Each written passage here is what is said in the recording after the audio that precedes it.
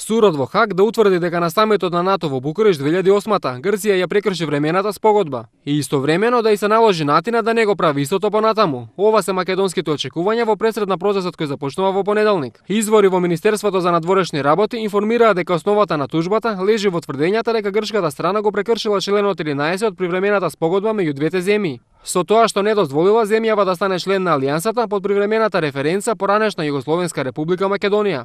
Судскиот процес не треба да се поврзува со преговорите кои двете земји ги ворат во Обединетите нации и не треба да се очекува епилогот од истиот да има влијание врз овие преговори. Изворите исто така потенцираат дека со тужбата Македонија не очекува од алијансата да донесе нова одлука со која земјава би го добила членството во НАТО. Туку главната цел е да се приспита однесувањето на јужниот сосед пред и за време на Букурешкиот самит. Македонската страна ќе се повеќе на фактот што во заклучокот од самитот стои дека земјата ги исполнила неопходните критериуми за членство, но потребната согласност не била постигната поради тоа што една членка на алијансата се повикала на спор од зимето. Конечната одлука на судот се очекува да биде донесена пред или по летните одмори, а најдоцна до крајот на годинава. Македонската страна ќе биде застапена од шефот на дипломатијата Милошовски и македонскиот амбасадор во Холандија Никола Димитров. Во првиот круг на усната расправа, земјава ќе ги представи своите аргументи на 21 и 22 март, а Грција истото ќе го направи 2 дена подоцна на 24 и 25 март. Вториот круг на расправата пак предвидува Македонија да ги представи своите аргументи на 28 март, а јужниот сосед ова ќе го направи на 30 март.